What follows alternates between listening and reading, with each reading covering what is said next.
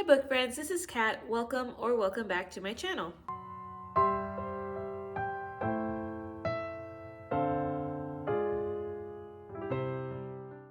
So today's video is to review the book Becoming Mrs. Lewis by Patty Callahan.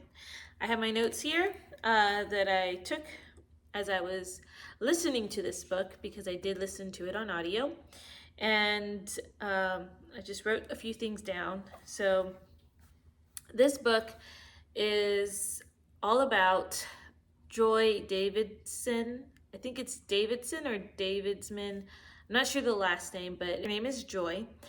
And it's her life story and to become, Mrs. Lewis. So that's the gist of it.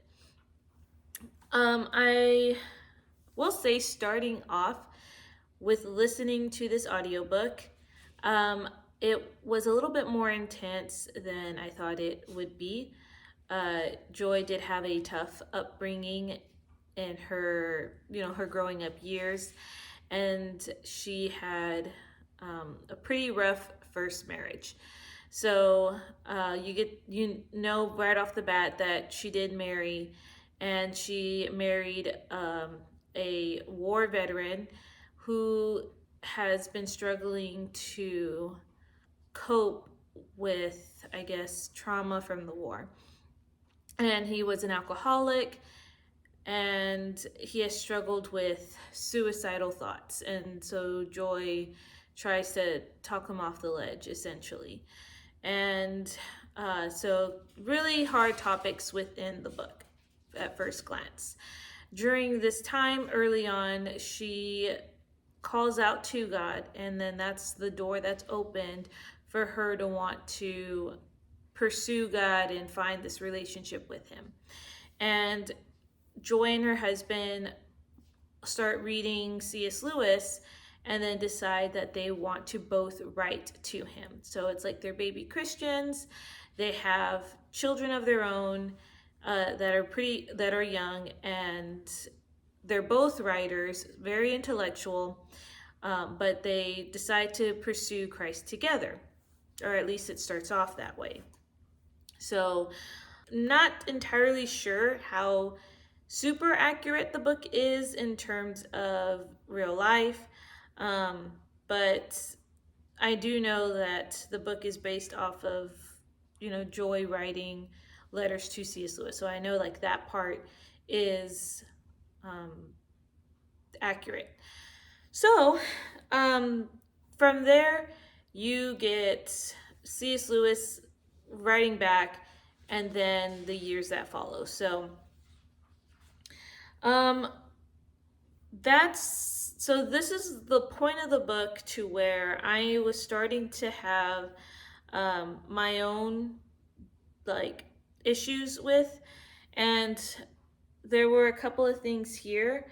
One I would say is, as Joy and her husband are writing C.S. Lewis, it shows more that Joy is the one who is keeping that correspondence, and the husband is more so like kind of backsliding, or not really is that interested.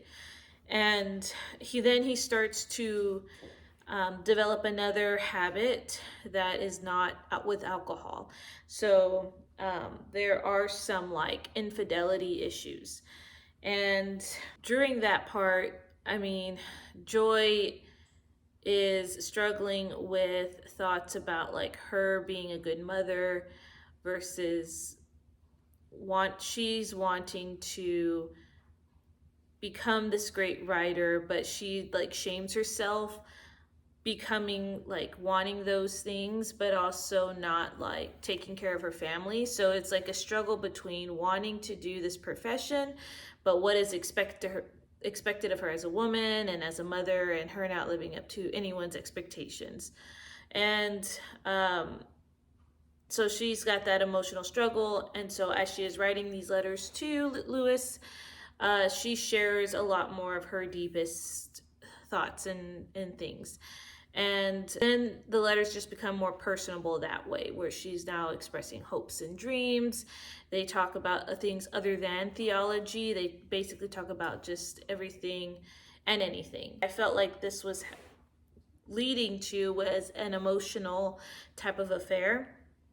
And I didn't like the, I guess, the author alluding to that possibly happening. There's a scene where Joy is, on vacation with her husband and her children, and she is physically there, but mentally she is thinking about what C.S. Lewis is doing and her wanting to be there with him. So it's like she's fantasizing about being with Lewis. And, those were red flags. She does mention, like, I don't believe I am. What I'm doing is wrong. I don't think that this is wrong. So I don't know if the author was playing off of, like, her being new to the faith and her wishful thinking, I guess, is not bad, especially in the midst of her husband having these affairs. So, but to me, I just felt like it was not right. I didn't feel like that was right. And I don't really like reading about that. I don't like reading about justifying affairs. At least, and I feel like that's where the book might have been going, but as you can tell from now, me saying where I felt like the book was going, now I guess you can see that I didn't finish the book, and you would be correct, I had not.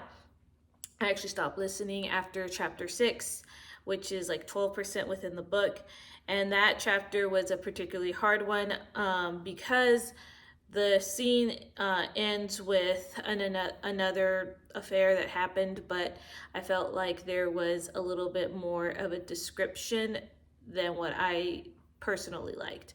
And so how Joy described, like, the scent of him coming into the room and smelling of what he did. And that was a little bit too graphic for me. Of course, it had other things in there, and just what the husband had just told her to, I thought was very harsh and actually very rude, and how he seemed to justify his behavior. And it was wrong, like how he tried to justify that. And then the chapter ends with her actually making a decision to take a holiday in England for health reasons, but she would leave her husband and children, like, behind. But as she made that decision to go to England, she's already thinking about encountering C.S. Lewis and, like, I guess her spending time there with him. So I decided this book was no more for me. I started reading, I guess, spoilers online on Goodreads and stuff, and I think there was some mention of some things that I just did not want to read about. So that also helped solidify my decision to not read it. With that being said, I am a little disappointed with not liking this book. I know it was rated high. I know that people seem to like it, but it's weird. It's like it's rated high on Goodreads, but when I've heard others talk about it, there's been mixed reviews. So I unfortunately was one that did not enjoy it. But enough of me talking about the book. Now I am just going to go ahead and spin my wheel for the next month's book. And the book that did win is called Thief of Glory, and this is by Sigmund Bauer. Now I have my laptop here, and I'm going to read basically what this book is about. So it says, in the early 1940s, Jeremiah Prins was a 12-year-old living a content life as the son of a school headmaster in the Dutch East Indies or Indonesia. When Holland declared war on the Japanese in 1941, the situation changed swiftly. The Japanese army invaded, and Jeremiah and his family were placed in a Japanese prisoner of war camp, a camp Jeremiah finally escapes and returns to Holland.